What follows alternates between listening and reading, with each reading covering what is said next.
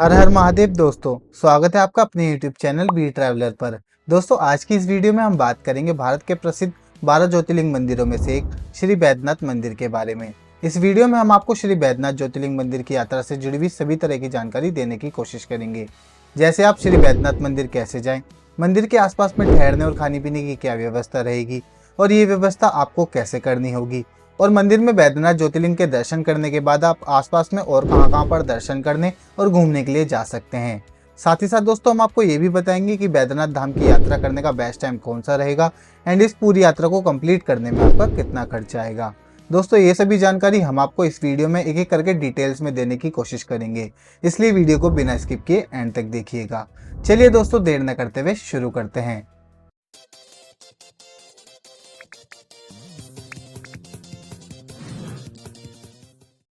बैद्यनाथ मंदिर भगवान शिव को समर्पित एक पवित्र हिंदू मंदिर है। इस मंदिर को भारत के 12 ज्योतिर्लिंग मंदिरों में से एक माना जाता है और इसे भगवान शिव का निवास स्थान भी माना जाता है।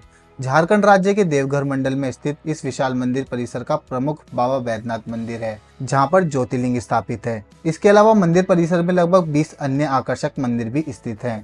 कहते हैं कि सावन के महीने में यहाँ पर भक्त 105 किलोमीटर पैदल चलकर अपनी कांवड़ यात्रा पूरी करते हैं, जो कि वे बिहार के सुल्तानगंज से गंगाजल लेकर करते हैं, जिसकी बहुत मान्यता मानी जाती है और इस बाबा बैद्यनाथ धाम की यात्रा का बहुत महत्व माना जाता है। कहते हैं कि जो भी भक्त अपने जीवन में एक बार भी यहाँ पर आकर बाबा बैद्यनाथ के इस ज्योतिर्लिंग रूप के दर्शन करता है, बाबा उसकी हर मनोकामनाएं पूरी करते हैं। अगर आप भी बैद्यनाथ धाम आकर बाबा बैद्यनाथ जी के दर्शन करना चाहते हैं तो सबसे पहले आपको ये जानना होगा कि आप बैद्यनाथ धाम तक कैसे पहुंच सकते हैं। आप बैद्यनाथ धाम तक बस, ट्रेन या फ्लाइट के माध्यम से पहुंच सकते हैं। अगर आप बस के माध्यम से बैद्यनाथ मंदिर तक पहुंचना चाहते हैं तो आपको बिहार के कुछ बड़े शहरों से बैद्यनाथ धाम तक के लिए नियमित रूप से चलने वाली बसेस की सुविधा मिल जाती है। एंड अगर आप ट्रेन के थ्रू बैद्यनाथ मंदिर तक पहुंचना चाहते हैं तो आप अपने शहर से बैद्यनाथ रेलवे स्टेशन तक आ सकते हैं। बैद्यनाथ रेलवे स्टेशन ही बैद्यनाथ मंदिर का सबसे निकटतम रेलवे स्टेशन है, लेकिन ये भारत के सभी शहरों से अच्छी तरह से कनेक्टेड नहीं है। इसलिए आपको अगर यहाँ तक के लिए ट्रेन नहीं मिलती है तो आप अपने शहर से जसीडीह रेलवे स्टेशन तक पहुँच सकते हैं। ये रेलवे स्टेशन भारत के सभी बड़े शहरों से ट्रेन के माध्यम से वेल कनेक्टेड है। जसीडीह रेलवे स्टेशन बैद्यनाथ धाम से केवल 6 किलोमीटर की दूरी पर है। आप यहाँ जसीडीह रेलवे स्टेशन पर उतरकर वहाँ से ऑटो के माध्यम से भी बैद्यनाथ मंदिर तक पहुँच सकते हैं, जो कि लगभग 40 रुपये में आपको मंदिर तक ड्रॉप कर देते हैं। या फिर आप जसीडीह रेलवे स्टेशन से बैद्यनाथ रेलवे स्टेशन तक के लिए ट्रेन चेंज करके भी पहुंच सकते हैं। एंड अगर आप फ्लाइट के थ्रू बैद्यनाथ धाम तक पहुंचना चाहते हैं तो आपको मंदिर के सबसे नियरेस्ट एयरपोर्ट पटना एयरपोर्ट देखने को मिलता है। आप पटना के लोकनायक जयप्रकाश नारायण इंटरनेशनल एयरपोर्ट तक फ्लाइट के थ्रू पहुँच सकते हैं एंड वहाँ से बस, ट्रेन या फिर टैक्सी के थ्रू मंदिर तक पहुँच सकते हैं। तो चलिए दोस्तों, अब आप मंदिर तक पहुंच जाएंगे तो अब बात कर लेते हैं कि आप अपने ठहरने की व्यवस्था कहां पर और कितने बजट में कर सकते हैं। दोस्तों, आप अपने ठहरने की व्यवस्था टावर चौक रोड पर कर सकते हैं, जो कि मंदिर से कुछ ही दूरी पर स्थित है। आपको यहाँ पर 500 रुपये से लेकर 1500 रुपये तक में आराम से होटल मिल जाते हैं। और दोस्तों, धर्मशाला आपको यहाँ पर 500 रुपये से लेकर 800 रुपये तक में देखने को मिल जाएगी, जो कि आपको शिव घाट के आसपास में मिल जाती है। एंड या तो आप अपने ठहरने की व्यवस्था जसीडीह रेलवे स्टेशन के रेस्ट रूम में भी कर सकते हैं, जहाँ पर आपको डॉर्मेट्री 250 रुपये तक में मिल जाएगी। एंड होटल आपको वहाँ पर 500 रुपये से लेकर 1000 रुपये तक में अलग अलग तरह के ऑक्यूपेंसी के हिसाब से मिल जाते हैं। एंड दोस्तों, अगर बात करें कि यहाँ पर खाने पीने की क्या व्यवस्था रहेगी तो आपको दोस्तों पूरे देवघर में खाने पीने की कोई समस्या नहीं होने वाली है। आपको यहाँ पर जगह जगह पर ढाबे, रेस्टोरेंट एंड स्ट्रीट फूड की शॉप्स भी देखने को मिल जाती है। या फिर आप अपने खाने पीने की व्यवस्था अपने होटल में भी कर सकते हैं। आपको यहाँ पर कुछ होटल्स के अंदर भी फूड फैसिलिटी मिल जाएगी। चलिए दोस्तों, अब बात करते हैं कि आप मंदिर में दर्शन करने के लिए कैसे जाएं। दोस्तों, सबसे पहले अगर आप अपना होटल टावर चौक रोड पर लेते हैं तो आप वहां से वॉकिंग डिस्टेंस पर ही पैदल चलकर सबसे पहले बैद्यनाथ धाम तक पहुंच सकते हैं। बाबा बैद्यनाथ धाम तक पहुंचने के लिए 4 द्वार हैं, जिनमें से मुख्य द्वार सिंह द्वार है। यहीं से आपको मंदिर के लिए जाना होता है। दोस्तों, बाबा बैद्यनाथ धाम में दर्शन करने से पहले आइए जानते हैं इस धाम की अद्भुत कहानी के बारे में। दोस्तों, इस धाम की कहानी बाबा बैद्यनाथ के साथ साथ रावण से भी जुड़ी हुई है और भगवान शिव के भक्त रावण और बाबा बैजनाथ की ये कहानी बड़ी निराली है। पौराणिक कथा के अनुसार दशानन रावण भगवान शंकर को प्रसन्न करने के लिए हिमालय पर तप कर रहा था। वे एक एक करके अपने सिर काटकर शिवलिंग पर चढ़ा रहा था। 9 सिर चढ़ाने के बाद जब रावण 10वां सिर काटने वाला था तो भोलेनाथ ने प्रसन्न होकर उसे दर्शन दिए और उससे वर मांगने को कहा। तब रावण ने कामना लिंग को ही लंका ले जाने का वरदान मांग लिया। रावण ने ये इच्छा जताई कि भगवान शिव कैलाश छोड़कर लंका में रहें। महादेव ने इसकी इस मनोकामना को पूरा तो किया ही, पर साथ ही एक शर्त भी रखी। उन्होंने कहा कि अगर तुमने शिवलिंग को रास्ते में कहीं भी रखा तो मैं फिर वहीं रह जाऊंगा और नहीं उठूंगा। रावण ने शर्त मान ली। इधर भगवान शिव की कैलाश छोड़ने की बात सुनते ही सभी देवता चिंतित हो गए। इस समस्या के समाधान के लिए सभी भगवान विष्णु के पास गए। तब श्री हरि ने लीला रची और भगवान विष्णु ने वरुण देव को आचमन के जरिए रावण के पेट में घुसने को कहा। इसलिए जब रावण शिवलिंग को लेकर श्रीलंका की ओर चला तो देवघर के पास उसे लघु शंका लगी। ऐसे में रावण एक ग्वाले को शिवलिंग देकर लघु शंका करने चला गया। कहते हैं कि उस बेजू नाम के ग्वाले के रूप में भगवान विष्णु थे। इस वजह से भी ये तीर्थ स्थान बैजनाथ धाम और रावणेश्वर धाम दोनों नामों से विख्यात है। जब रावण लौट कर आया तो लाख कोशिश के बाद भी शिवलिंग को उठा नहीं पाया। तब उसे भी भगवान की ये लीला समझ में आ गई और वह क्रोधित शिवलिंग पर अपना अंगूठा गड़ाकर चला गया। तभी से महादेव कामनालिंग के रूप में देवघर में विराजते हैं। तो चलिए दोस्तों, अब मंदिर के दर्शन के बारे में बात करते हैं। सबसे पहले आपको इस पतले से पुल से होते हुए मंदिर के अंदर दर्शन करने के लिए जाना होता है। आपको अंदर गर्भगृह में पहुंचकर बाबा बैद्यनाथ जी के ज्योतिर्लिंगी रूप के दर्शन होंगे। मंदिर में दर्शन करने में आपको नॉर्मल डेज में लगभग 1 से 2 घंटे में दर्शन हो जाते हैं।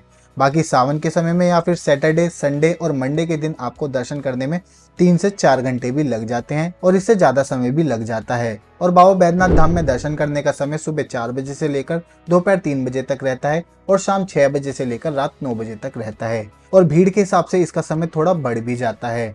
जब आप मंदिर में दर्शन करके बाहर प्रांगण की तरफ आते हैं तो आपको इसके आसपास में लगभग 20 और मंदिर देखने को मिलेंगे, जिनमें आपको माता पार्वती जी का मंदिर देखने को मिलेगा जो कि एक शक्तिपीठ मंदिर है।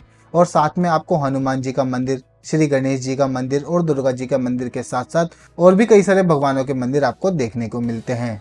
आपको इन मंदिरों में दर्शन करने के लिए जरूर जाना चाहिए। दोस्तों, इस धाम की एक और खास बात है, यहाँ पर भगवान शिव और माता पार्वती जी का मंदिर एक साथ स्थापित है, जिसकी चोटी पर त्रिशूल नहीं पंचशूल स्थित है। और कहते हैं कि जिन भक्तों की मनोकामनाएं पूरी होती है वह भक्त यहाँ पर भगवान शिव के मंदिर से लेकर माता पार्वती के मंदिर तक एक लाल रंग का धागा बनवाते हैं। तो चलिए दोस्तों, अब आपके बाबा बैद्यनाथ धाम में दर्शन हो जाते हैं तो उसके बाद अब बात कर लेते हैं कि आप उसके आसपास में और कहाँ पर घूमने के लिए जा सकते हैं और दर्शन करने के लिए जा सकते हैं। दोस्तों, आप सबसे पहले बैद्यनाथ मंदिर से वॉकिंग डिस्टेंस पर ही मौजूद शिव गंगा सरोवर के लिए जा सकते हैं, जिसमें स्नान करने को बहुत ही पवित्र माना जाता है। भक्त यहाँ पर मंदिर में दर्शन करने से पहले भी स्नान करने के लिए आते हैं। आप यहाँ पर स्नान भी जरूर करिए, जिसकी बहुत मान्यता है। एंड उसके बाद आप देवघर से लगभग 40 किलोमीटर की दूरी पर स्थित बासुकीनाथ धाम के लिए जा सकते हैं, जहाँ के लिए आप ऑटो बुक करके जा सकते हैं। ये ऑटो वाले आपको पर डे की साइट सीइंग के हिसाब से 700 रुपए से लेकर 1000 रुपए तक में 4 से 5 जगह घुमा देते हैं। दोस्तों, आप बासुकीनाथ धाम पर पहुंचकर बाबा के शिवलिंग के दर्शन कर सकते हैं। कहते हैं कि जो भी भक्त बैद्यनाथ धाम पर आता है, जब तक वह यहाँ पर आकर दर्शन नहीं करता उसकी यात्रा पूरी नहीं मानी जाती। इस धाम के आसपास में आपको और भी काफी सारे छोटे छोटे मंदिर देखने को मिलते हैं, जहाँ पर भी आप दर्शन करने के लिए जा सकते हैं। और उसके बाद आप बासुकीनाथ मंदिर से लगभग 35 किलोमीटर की दूरी पर स्थित त्रिकुट पर्वत के लिए जा सकते हैं। यहाँ पर भी भगवान शिव जी का एक मंदिर है जो कि एक पहाड़ी पर स्थित है, जिसके लिए आपको थोड़ी सीढ़ियां चढ़कर जाना होता है, लेकिन ऊपर से आसपास का नज़ारा काफी देखने लायक होता है। एंड मंदिर में भी आपको अच्छे से दर्शन होते हैं और यहाँ पर आप और अच्छे से थोड़ा समय बिता सकते हैं। और उसके बाद आप 17 किलोमीटर की दूरी पर तपोवन के लिए जा सकते हैं। तपोवन एक पहाड़ी पर स्थित है। दोस्तों, नाम के सुनने से ही ऐसा महसूस होता है कि जैसे कि ये तप करने की कोई जगह हो, और ऐसा ही कुछ इसकी कहानी दर्शाती है। कहते हैं कि भगवान शिव को प्रसन्न करने के लिए कुछ समय यहीं पर रावण ने तपस्या की थी। इसी पहाड़ी पर काफी सारी गुफाएं हैं, जहाँ पर जाने के लिए लगभग आपको 100 सीढ़ियां चढ़कर जाना होता है। एंड उसके बाद आप नंदन पहाड़ के लिए जा सकते हैं, जो कि एक एडवेंचर पार्क है और साथ में ये पिकनिक स्पॉट भी है। दोस्तों, अगर आप मंदिरों में दर्शन करने के बाद थोड़ा समय एक पिकनिक स्पॉट पर बिताना चाहते हैं तो आपके लिए ये जगह एकदम बेस्ट रहने वाली है। दोस्तों, आपको यहाँ पर शाम के समय सनसेट का अमेजिंग नज़ारा देखने को मिलेगा और यहाँ पर आप काफी सारी एडवेंचर एक्टिविटीज भी कर सकते हैं। और दोस्तों, उसके बाद भी अगर आपके पास और भी समय बचता है तो आप बैद्यनाथ मंदिर से लगभग 1.5 किलोमीटर की दूरी पर नौलखा मंदिर के लिए जा सकते हैं, जो कि राधा और कृष्ण जी को समर्पित मंदिर है। और ये मंदिर लगभग 146 फीट ऊंचा है और इसको बनवाने में लगभग 9 लाख रुपए का खर्च हुआ था और इसीलिए इस मंदिर को नौलखा मंदिर के नाम से जाना जाता है। ये मंदिर काफी भव्य दिखाई देता है, तो आपको यहाँ पर भी जरूर जाना चाहिए। तो चलिए दोस्तों, ये थी बैद्यनाथ मंदिर के आसपास में घूमने वाली जगह और दर्शन करने के लिए जगह। तो आप यहाँ पर भी जरूर जा सकते हैं। अब बात कर लेते हैं कि यहाँ पर आने का बेस्ट टाइम कौन सा रहेगा। दोस्तों यहाँ पर आप सितंबर से लेकर फरवरी के बीच में आ सकते हैं। इस समय यहाँ का मौसम काफी ठंडा रहता है और अच्छा रहता है, तो आपको इस वजह से यहाँ पर घूमने फिरने में कोई समस्या नहीं होने वाली है। और दोस्तों अगर बात करें कि इस पूरी यात्रा को कंप्लीट करने में आपका कितना खर्चा आएगा, तो इस पूरी यात्रा को कंप्लीट करने में आपका खर्चा लगभग 2000 रुपये से लेकर 3000 रुपये तक का आएगा, जो कि पर पर्सन का रहता है। और आप इस पूरी यात्रा को 1 से 2 दिन में आराम से पूरा कर लेंगे। डिपेंड इस पे करता है कि आप कितने समय में बाबा बैद्यनाथ धाम के दर्शन कर लेते हैं। तो दोस्तों आज की वीडियो में बस इतना ही। आई होप आपको मेरी इस वीडियो से श्री बैद्यनाथ मंदिर की यात्रा से जुड़ी हुई सभी जानकारी डिटेल में मिली होगी। अगर फिर भी कोई क्वेश्चन मुझसे छूट गया है तो आप हमें फेसबुक या इंस्टाग्राम पर मैसेज करके भी पूछ सकते हैं। हम वहां पर भी आपको इसी तरह की जानकारियां देते रहते हैं। एंड दोस्तों अगर आप 12 ज्योतिर्लिंग मंदिर की यात्रा पर जाना चाहते हैं और उनकी वीडियो को देखना चाहते हैं, तो आपको उन सभी ज्योतिर्लिंग मंदिर की यात्राओं की वीडियो की लिंक नीचे डिस्क्रिप्शन में मिल जाएगी। आप उस पर क्लिक करके वीडियो को देख सकते हैं। आई होप आपको मेरी ये वीडियो पसंद आई हो। अगर आपको मेरी ये वीडियो पसंद आई हो तो वीडियो को लाइक करें और अपने दोस्तों और परिवार के साथ वीडियो को ज़्यादा से ज़्यादा शेयर करें। एंड ऐसी ही और वीडियोस को देखने के लिए चैनल को सब्सक्राइब करें और बेल आइकन को प्रेस करना ना भूलें, ताकि आने वाली इसी तरह की और भी वीडियोस को आप सबसे पहले देख सकें। मिलते हैं एक और इन्फॉर्मेटिव वीडियो के साथ, तब तक के लिए हर हर महादेव दोस्तों। Thank you so much. जय हिंद।